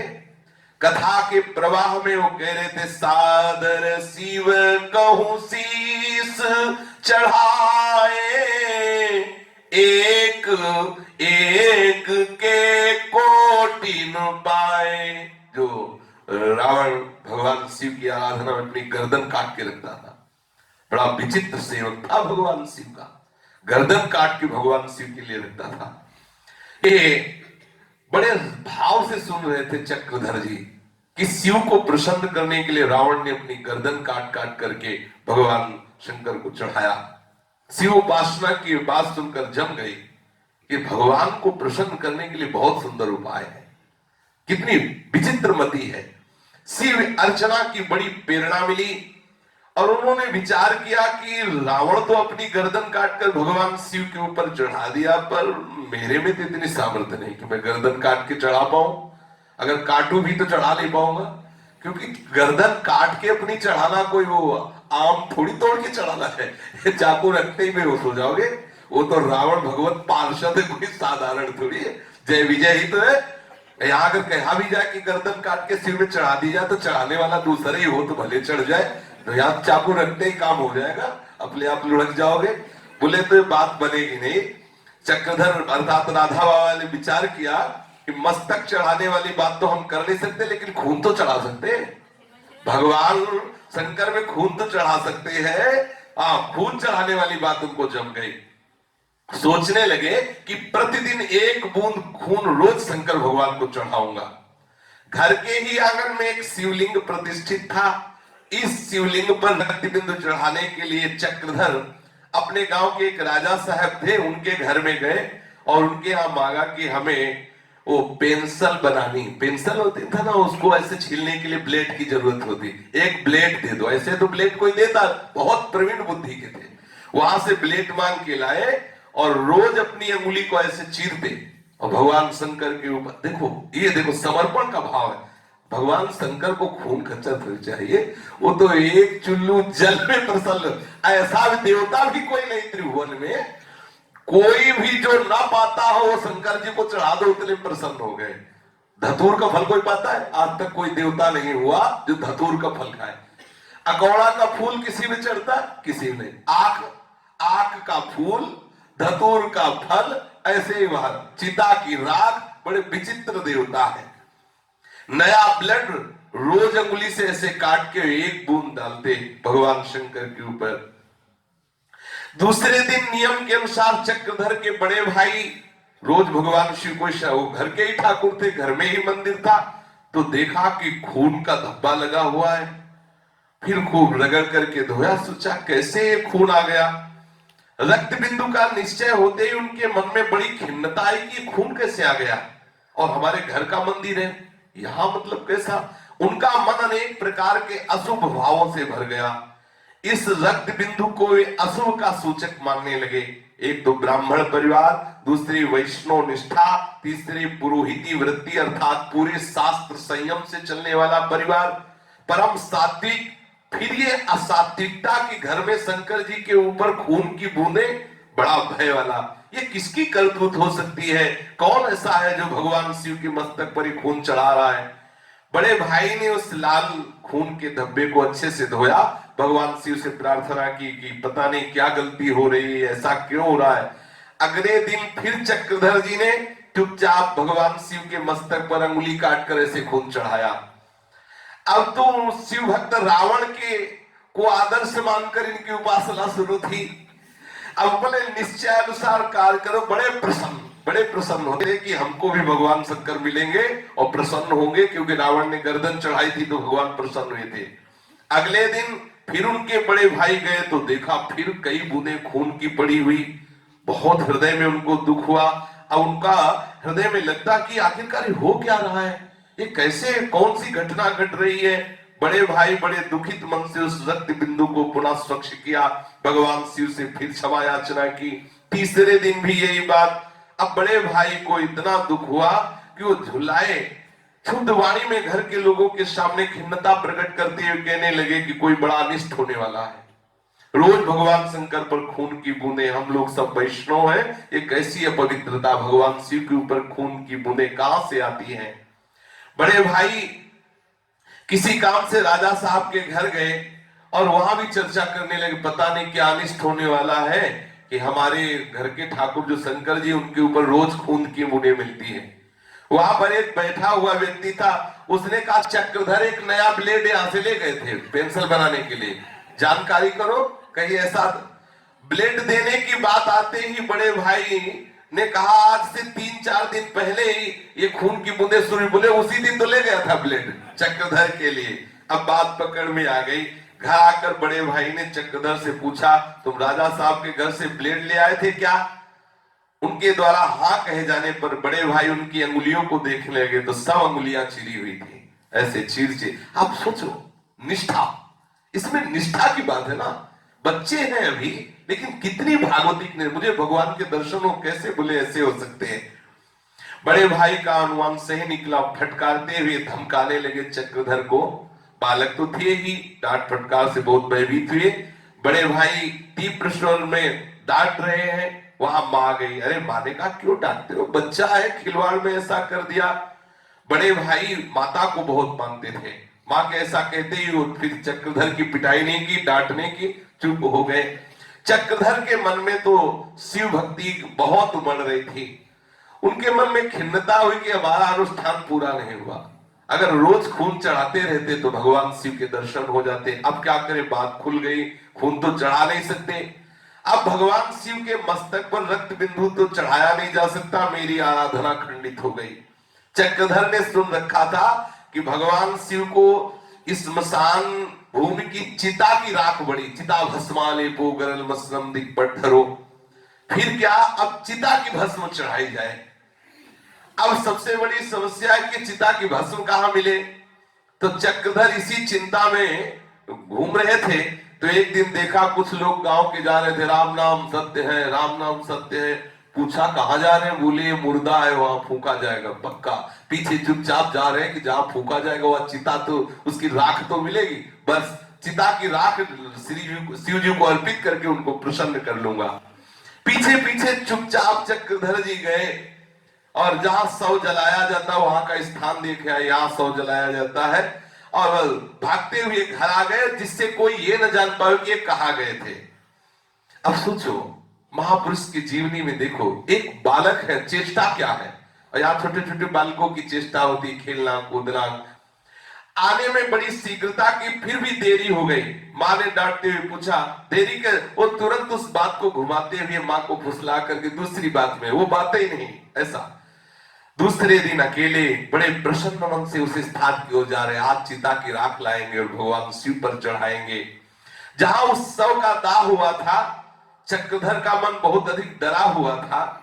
वो यही सोच रहे थे कि हमने सुना है कि स्मशान भूमि में भूत भी रहते हैं, ऐसा ना हो कि हम जीव ही चिता की राख ले भूत हम पे सवार हो जाए। अब बच्चे ही तो है, भूत कहीं ऐसा ना हो कि मेरा पीछा कर ले।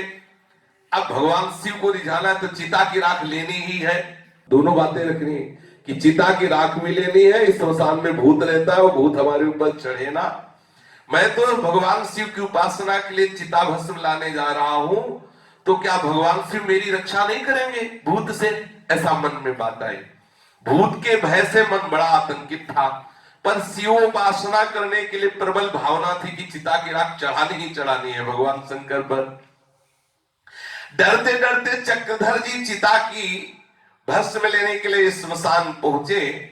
पहले ही देख गए थे कि वहां चिता जलाई गई है, और राख की तरफ हाथ बढ़ा रहे हो, आसपास देखते जा रहे, भूत तो नहीं ऊपर आ रहा हमारे बच्चे। ये प्रतिक्षण बड़ी भयावनी चिंता है कि इधर हम राख में हाथ लगाए, उधर भूत आके हमारे ऊपर बैठ जाए तो ये ठीक नहीं होगा। फिर तो जीवन से हाथ ही धोना पड़ेगा, तो शंकर जी मिलके फिर क्या होगा? अगर भूत आ गया मुझे मार गया तो फिर तो बात बनेगी नहीं। अब मुट्ठी में चिता की भस्म धीरे से ऐसे देखते जा रहे हैं, ऐसे चिता की भस्म जेवी ऐसे आई, मुट्ठी बाजे, खूब भागे जोर से कि भूत न पकड़ पावे हमको, भूत न मार पावे।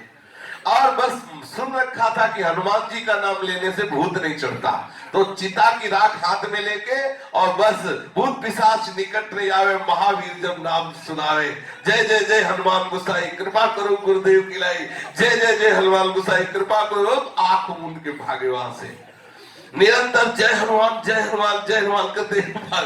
क्योंकि बच्चापन में होता है ना कि जो बात दिमाग में बैठ गई वो बैठ गई। अब ये तो पक्की बात है, बच्चा पल में सिखाया जाता है जो पवित्र घरों के होते हैं कि जहां तुम्हें भय लगे हनुमान जी बोलना, भय नहीं लगेगा। ऐसा हम लोगों को भी सिखाया गया। कोई भी हो हनुमान चालीसा तो हमें लगता है प्रायः सबको याद होगी, क्योंकि ऐसा होता है कुछ न पाठ करता तो हनुमान चालीसा तो बोलेगा ही बोलेगा। ऐसा तो पूज्य राधा बाबा बस जय हनुमान जय हनुमान जय हनुमान, और भूत पिशाच निकट नहीं आवे, महावीर जब नाम सुनावे, और जय हनुमान जय हनुमान ऐसे चिल्लाते हुए भागे, और हाथ में चिता की भस्म है, भरपूर शक्ति लगा के भाग रहे। भागते समय चक्रधर जी पीछे की ओर अब दोबारा नहीं देखा कि अगर कहीं भूत पीछा कर रहा होगा तो अब तो भाग ही नहीं पाएंगे, और अगर भूत पीछा कर रहा होगा तो हम घबरा जाएंगे, इसलिए हमें देखने नहीं भागना है। बस भागते भागते वो अपने गांव पर आए, तब उनकी जान में जान आई, और घर पहुंचकर चक्रधर जी ने सांस ली और भगवान शिव पर वो चिता की भस्म चढ़ाई। बड़े भाई जब दूसरे दिन अभिषेक करने गए तो देखा शिवलिंग पर राख चढ़ी हुई है, और बड़ी अजीब, चिता की राख एकदम श्वेत होती है। उन्होंने तुरंत अनुमान लगा लिया कि पहले खून की बूंदें चढ़ाता था, यही राख चढ़ाया होगा। चक्रधर जी से पूछताछ की और डांटा कि तुमने भगवान शिव पर राख चढ़ाई, तो चक्रधर जी रोने लगे, कुछ बोले नहीं, क्योंकि पता था हाँ बोलेंगे तो फिर पिटेंगे, तो इसलिए रोना ही एक उपाय होता है जिससे बचा जा सके। ऐसा भगवान श्री कृष्ण भी करते थे। जब मैया पूछती तुमने ऐसा किया, जहां छड़ी उठाई तो जहां रोना शुरू तो छड़ी फेंक दिया, हृदय से लगा लिया। रोना एक बहुत बढ़िया उपाय है, सब जगह से, संसार से भी बचने के लिए एक रोना उपाय है। कबीरा हंसना दूर कर रोने से कर प्रीति, बिन रोए किन पाया प्रेम प्यारा मीत। बहुत बढ़िया रोना है। अगर प्रभु के लिए रोए तो वो भी ऐसा ही करते हैं, वो सब दंड देना छोड़ देते हैं और हृदय से लगा लेते हैं। अब रोते रोते उन्होंने चिल्लाकर मां से कहा, मां घर में जो गड़बड़ी होती है सब मैं ही करता हूं क्या? देखो भैया डांट रहा है हमें। ऐसा इतना कहकर वो और भी जोर जोर से रोने लगे। रोना सुनकर मां भागती हुई आई और चक्रधर जी का पक्ष लेकर बड़े भाई से कहने लगी, तुमको चैन नहीं होती, जो गलती होती सब हमारा ये चक्रधर ही करता है, बस इसी को डांट, इसी को चक्रधर जी मां की गोद में। ऐसे ही ठाकुर जी करते हैं। यदि आप ठाकुर जी से प्यार करो तो करो सदा तिनके रखवारी, जिम बालक राखे महतारी। मां के कारण एक बार फिर चक्रधर जी का बचाव हो गया। चक्रधर के द्वारा की गई शिव उपासना पारिवारिक परंपरा के अनुसार विधि विहित तो नहीं थी, परंतु इतना सत्य है कि भगवान शिव ने इनकी पूर्ण श्रद्धा को विकसित कर दिया। अब इनके हृदय में निरंतर भगवत स्मरण चलने लगा। भगवान शिव की अर्चना के प्रताप से इनके हृदय में विशेष विवेक, विशेष बल, बुद्धि के अधिष्ठात्र देवता भगवान शिव है। अगर भगवान शिव कृपा ना करें तो बुद्धि का विकास ना, उन्हीं की कृपा से बुद्धि का विकास होता है। जो भी जितना भी बड़ा ज्ञानी हुआ है उसके ऊपर भगवान शंकर की कृपा रही, क्योंकि भगवान शंकर ज्ञान के समुद्र है और अथाह ज्ञान के गुरु भी है। वंदे बोधमयम् नित्यम गुरुम शंकर रूपिणम।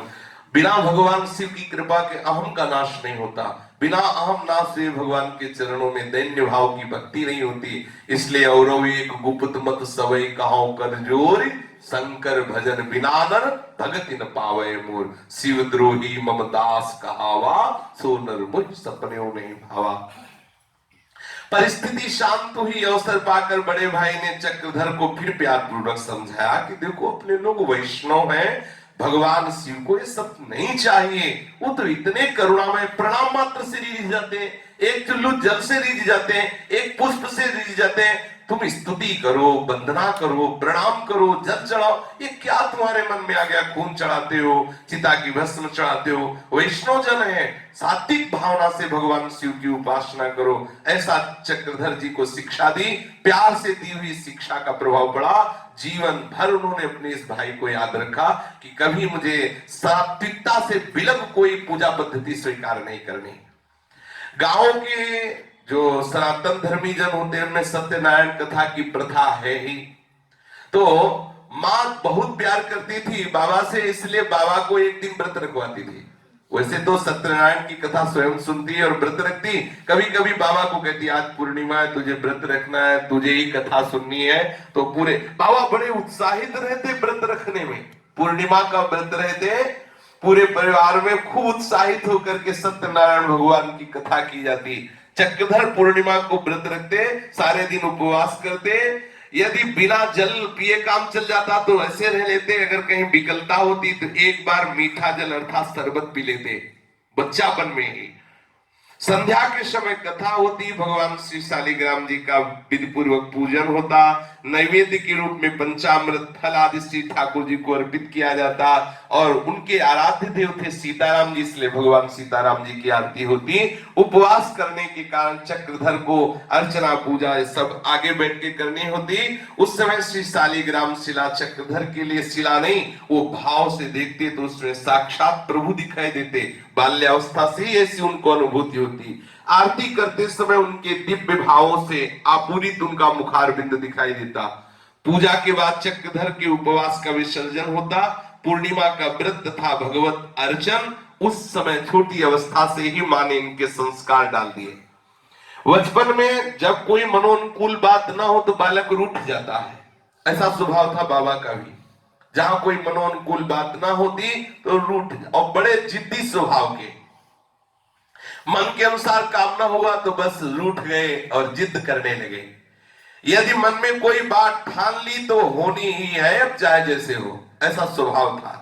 ठान लिया और ठान लिया। जब चक्रधर लगभग 12 वर्ष के थे तब अपने घर पर किसी बात पर रूठ गए। मनाने के अनेक प्रयत्न हुए, सब विफल हुए।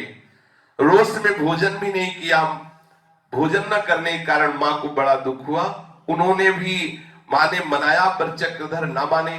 परिवार के आस पड़ोस के लोग सब आए, मनुहार कर रहे पर वो नहीं मान रहे। रूठने के कारण पूरे घर का वातावरण क्लेशपूर्ण हो गया। ये नहीं कहा जा सकता कि किसकी कौन सी बात कब दिल को छू जाए, दिल दिमाग पर कब असर कर जाए। चक्रधर के जो बड़े भाई देवदत्त जी थे, बड़े भजन करने वाले थे, त्रिकाल संध्या करते थे, बड़े गंभीर शास्त्रवेत्ता और भगवत स्मरण करने वाले थे। उनके चेहरे से भागवतिकता, ब्रह्मणत्व टपकता था। कमरे के बाहर आकर बड़ी प्यार से चक्रधर को ऐसे हृदय से लगाया और एकांत में ले गए। कहा, भैया चक्रधर, तुम एक बात मेरी मानोगे? चक्रधर ने कहा, कहिए। कहिए तो आप, मैं क्यों नहीं मानूंगा। बड़े भाई ने कहा, तुम एक बात हमारी मान लो, आज से कभी तुम रूठना नहीं। ये रूठने की आदत छोड़ दो। अगर तुम आज से रूठोगे नहीं तो जीवन में तुम देखना कि तुम्हारा कैसा मंगल होता है। तुम एक बात केवल मान लो, कभी रूठना नहीं। न जाने इस प्यार भरी, दुलार भरी शिक्षा का क्या प्रभाव पड़ा। उस दिन से चक्रधर रूठना ही बंद कर दे, किसी भी बात में नहीं रूठे, रूठना ही छोड़ दिया। बाबा कभी कभी वृद्धावस्था में अपनी इस घटना को सुनाते थे कि भाई, रूठने से कोई लाभ नहीं। मेरे बड़े भ्राता ने मुझे शिक्षा दी थी, जीवन में मैंने उन शिक्षा को देखा, जीवन में कभी मुझे अशांति नहीं हुई। हर परिस्थिति में ध्यान रखता। मेरे बड़े भाई ने कहा है, मुझे रूठना नहीं, जैसी भी परिस्थिति उसमें राजी रहना है। बड़े भाई का इतना प्रभाव पड़ा कि आज तक उन्हीं के प्रभाव से मैं रूठा नहीं। बाबा वृद्धावस्था में भी ऐसा कहते हैं। जब मन के अनुसार कार्य नहीं होता और हम ना रूठें, तभी पता चलेगा कि तुम कितने आस्तिक हो। अगर तुम्हारे मन के अनुसार काम नहीं हो रहा और तुम रूठ रहे हो तो तुम्हारी आस्तिकता में कमी है। उद्वेग रहित होना, चिंता रहित होना, यही सच्ची श्रद्धा, विश्वास, आस्तिकता का स्वरूप है, कसौटी है। सच्चे आस्तिक में ना तो उद्वेग होता है, ना कभी चिंता रहती है। सच्चे आस्तिक का सहज विश्वास होता है कि मंगल में प्रभु वही करेंगे जिससे परम मंगल होगा, तो हम रूठें क्यों। जिस विद्यालय में चक्रधारी जी पढ़ते थे, उनके हेडमास्टर साहब का नाम था बलदेव प्रसाद जी। हेडमास्टर साहब के जीवन में कर्तव्य निष्ठा और कार्य तत्परता कूट कूट करके भरी हुई थी। उनका अनुशासन बड़ा कड़ा था। एक बार चक्रधर को किसी एक बाल सुलभ चपलता एवं चंचलता के कारण 5 वेद की सजा भुगतनी पड़ी। पर वो सजा भी हेडमास्टर साहब ने किस प्रकार दी। मां की ममता भरे हृदय से, मुख पर कठोरता तथा वाणी में शासन लिए उन्होंने वेद मंगवाया और चक्रधर से कहा, हाथ फैलाओ। चक्रधर जी ने अपनी हथेली फैला दी। बहुत हल्का स्पर्श कराते हुए हेडमास्टर ने हथेली पर 5 वेद मारे। इसके बाद धमकाते हुए बोले कि कभी धृष्टता नहीं करनी चाहिए, कभी बड़ों की आज्ञा का उल्लंघन नहीं करना चाहिए। यदि ऐसा करोगे तो हम स्कूल से नाम कटवा देंगे। वे ही हेडमास्टर एक बार छात्रावास के द्वार पर खड़े थे। वे क्यों खड़े थे पता नहीं। उसी समय चक्रधर जी उनके पास आए। उन्होंने चक्रधर से पूछा, क्या तुम मेरे साथ चल सकते हो? चक्रधर ने तुरंत कहा हाँ, और उनके साथ चल दिए। वे रूपकला संकीर्तन मंडल में गए। वहां साप्ताहिक संकीर्तन हुआ करता था। इनके पहुंचने पर जिसने कीर्तन करवाया वो बहुत जमा नहीं। हेडमास्टर साहब ने चक्रधर से पूछा, क्या तुम हरिनाम संकीर्तन करवा सकते हो यहाँ? चक्रधर ने विनम्र शब्दों में कहा, थोड़ा बहुत तो करा ही सकता हूं, क्योंकि घर में कीर्तन होता रहता था, वैष्णव परिवार था। चक्रधर से अनुकूल उत्तर पाकर हेडमास्टर साहब ने सबके समक्ष कहा कि अब मेरे विद्यालय का एक छात्र भगवान नाम कीर्तन कराएगा। कीर्तन कराने के लिए चक्रधर सामने आए और उसने सभी उपस्थित लोगों से निवेदन किया कि मैं जैसे जैसे कहूं वैसे वैसे आपको बोलना है। मैं जितना जितना कहूं उतना उतना ही आपको बोलना है। जो लोग स्वर में स्वर नहीं मिला सके उनसे प्रार्थना है कि मन ही मन भगवान नाम कीर्तन करें, लेकिन मेरे साथ ना बोले, क्योंकि स्वर भंग होने पर बात नहीं बनेगी। ऐसे लोग यदि मौन रहकर मन ही मन कीर्तन करेंगे तो मेरा विशेष सहयोग करेंगे और मुझे विशेष अच्छा लगेगा और बहुत सुंदर प्रभावोत्पादक कीर्तन होगा, ऐसा पूज्य चक्रधर जी ने सबसे कहा। इतना कहकर चक्रधर जी ने बड़ी मस्ती से झूमते हुए कीर्तन करवाया। रघुपति राघव राजा राम, पतित पावन सीताराम। रघुपति राघव राजा राम, पतित पावन सीताराम।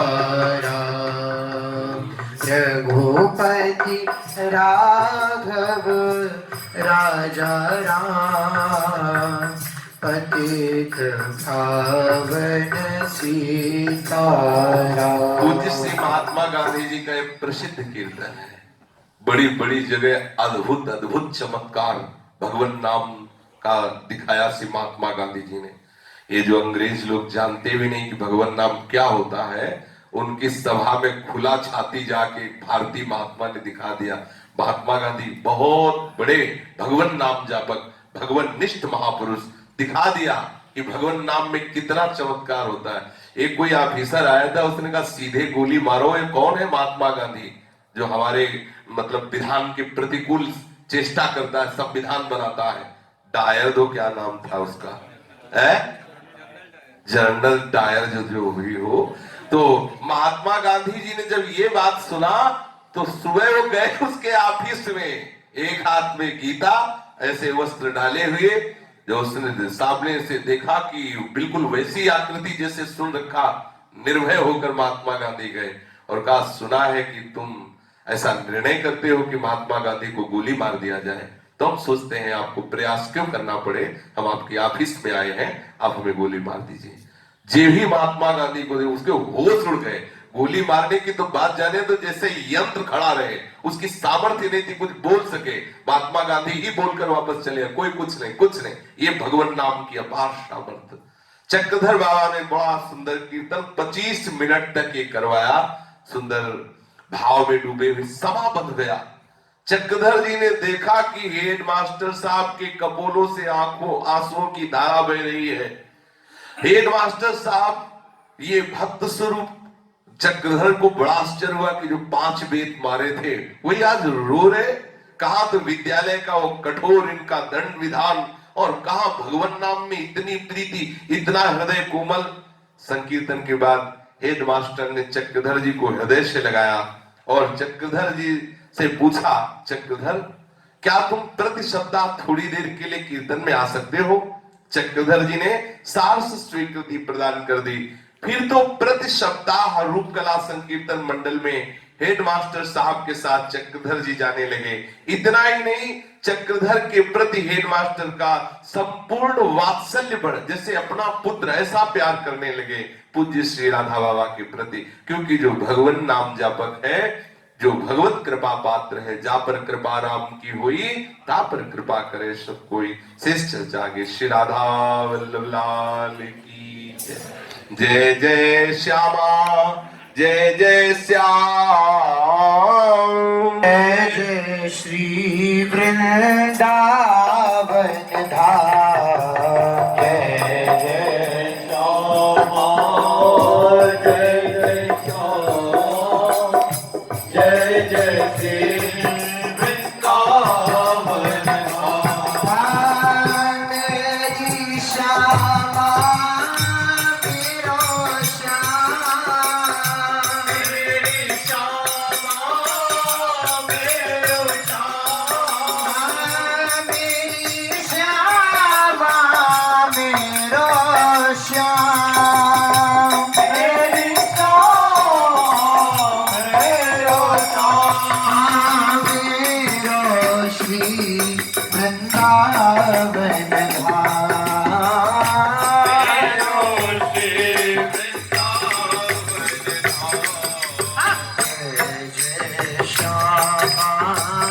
जय जय श्याम। जय जय श्री वृंदावन धाम। जय जय श्यामा जय जय श्याम। जय जय श्री वृंदावन धाम। जय राधे श्री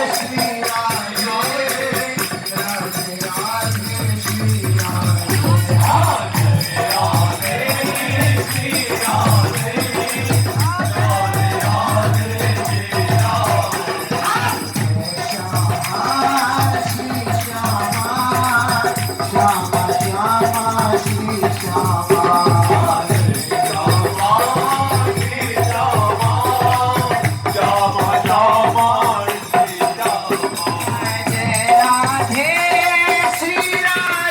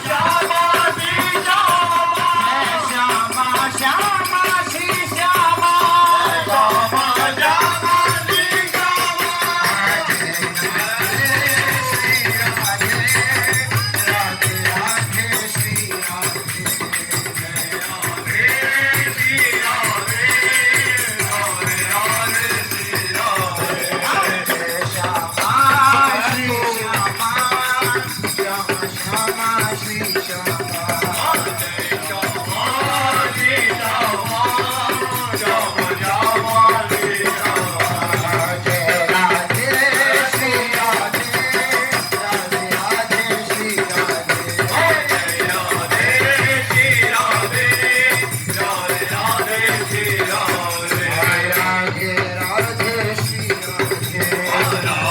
राधे श्री राधे। श्री राधा वल्लभ लाल की